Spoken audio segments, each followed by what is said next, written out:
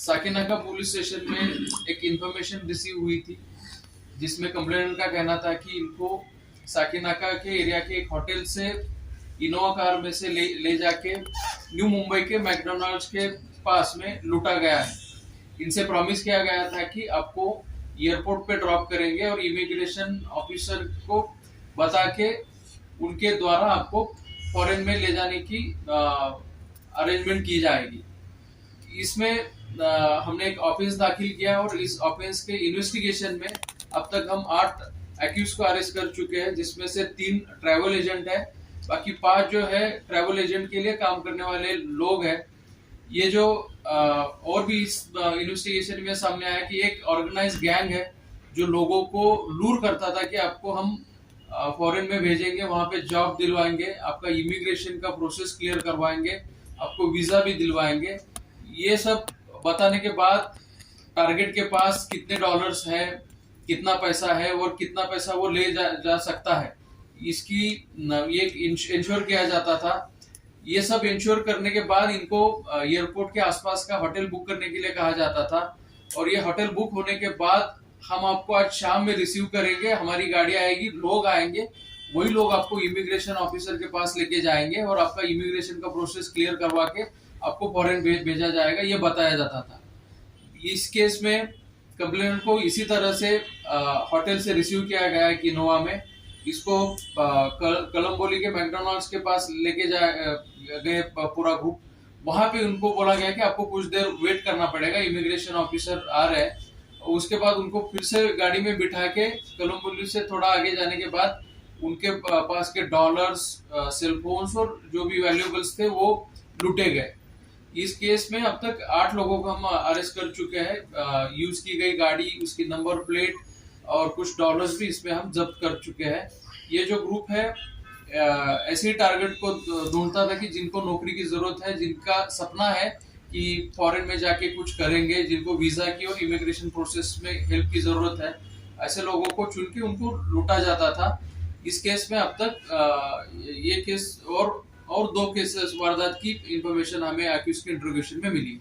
बताया कि भाई किन देशों में भेजने का लालच दिया जाता था या उनको आश्वासन दिया जाता था और किस तरह से मोटो सुपर विक्टिम्स को जो है वो यूएस, ऑस्ट्रेलिया, कनाडा, इन देशों में यानी कि यूरोपियन कंट्रीज में भेजने का आश्वासन दिया जाता। सर, टारगेटेड कस्टमर कहाँ से खोजते थे? क्योंकि कस्टमर खोजना जो वो शख्स जो डॉलर पे करे, क्योंकि जॉब खोजने वाला हर आदमी डॉलर पे कर पाए लाखों में, ये आसान नहीं होता।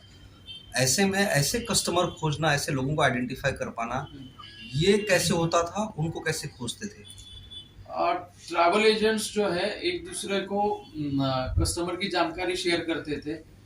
जानकारी मिलने के बाद एक जो ट्रैवल एजेंट है जो हमने लुधियाना से अरेस्ट किया है, वो खुद बात करता था टारगेट से और उसकी फाइनेंशियल एबिलिटी क्या है इसकी जानकारी प्राप्त की जाती थी। इसमें एक मिनिमम कंडीशन होती थी कि आपको कम से कम 10 लाख डॉलर्स तो यानी कि इंडियन करेंसी 10 लाख डॉलर तक की कन्वर्ट करनी होगी, और ये इंश्योर होने के बाद इनसे वीडियो मांगा जाता था कि आपने अरेंज कर लिया है, डॉलर के साथ और पैसे के साथ वीडियो प्रॉपर मांगा जाता था। फिर जब ये इंश्योर होता था कि पैसे आ चुके हैं, तब इसको एग्जीक्यूट किया जाता। जैसे कि आप बता रहे कि लुधियाना यानी आप पंजाब में या दिल्ली का भी आपने जिक्र किया कि वहाँ के ट्रैवल एजेंट टारगेटेड कस्टमर खोजते थे, तो फिर मुंबई के एजेंट के पास कांटेक्ट करके क्यों भेजते थे? क्या मतलब यहाँ पर उस क्राइम को एग्जीक्यूट करना आसान होता था, कस्टमर को बेवकूफ़ बनाना आसान होता था, इसलिए किसी और सिटी में भेजा जाता था? और यहाँ पर भी ट्रैवल एजेंट कांटेक्ट में हुआ करते थे और एक इंटरस्टेट गैंग की कस्टमर कहीं और आइडेंटिफाई करना है, दिखाना कहीं और है, एग्जीक्यूट कहीं और करना है। इस केस में यही सामने आ चुका है कि अगर कस्टमर दिल्ली वगैरह नॉर्थ इंडिया के एरिया के रहेंगे और दूर जाके अगर इसको लूट को एग्जीक्यूट किया जाता है, तो उनको लोकल सपोर्ट नहीं मिलेगा, वो कहीं कंप्लेंट नहीं कर पाएंगे और आसानी से ये जो वारदात है वो दब जाएगी। यही एक मोटिव दिखता है इसमें। डॉलर मांगने के पीछे क्या रीजन है? डॉलर के पीछे क्या स्टोरी? डॉलर के पीछे ये विक्टिम्स को ये बताते कि इमिग्रेशन ऑफिसर्स हैं वो डॉलर्स में पैसे लेंगे, आपको वहां जाके डॉलर ही खर्चने के लिए लगेंगे, तो तो ये सब चीजों के कारण डॉलर्स में उनको इंडियन रुपीस को कन्वर्ट करने को बोला जाता है। ये होटल की बुकिंग की जो आपने बात कही, क्या वो कस्टमर से खुद कराते थे या कस्टमर पर एक भरोसा जताने के लिए खुद कोई होटल बुक करते थे और उसके बाद कस्टमर को कुछ ना कुछ तो ऑफर करना पड़ता होगा कि भाई हमने आपके लिए होटल बुक किया, आप यहाँ आइए? ये होटल की बुकिंग और बाकी जो फैसिलिटेशन था वो कस्टमर को खुद करने के लिए कहा जाता था। इस ग्रुप की मोडस का मेन एम जो था वो एनोनिमिटी मेंटेन करना। इसमें कॉन्वर्सेशन के लिए ना तो वो नॉर्मल कॉल्स यूज करते थे, इसमें ज्यादातर कॉलिंग के लिए जो ऐप यूज होते हैं वो यूज किए जाते थे। पर्सन टू पर्सन ज्यादा कांटेक्ट ना आए, यही ज्यादा ट्राई होता था। इसमें जो मेन ट्रैवल एजेंट हमने पकड़े वो कहीं पे भी फील्ड पे नहीं थे, एग्जीक्यूशन करने वाले अलग थे, विक्टिम को आइडेंटिफाई करके टारगेट करने वाले अलग थे। ये गैंग कब से ऑपरेट कर रहा था?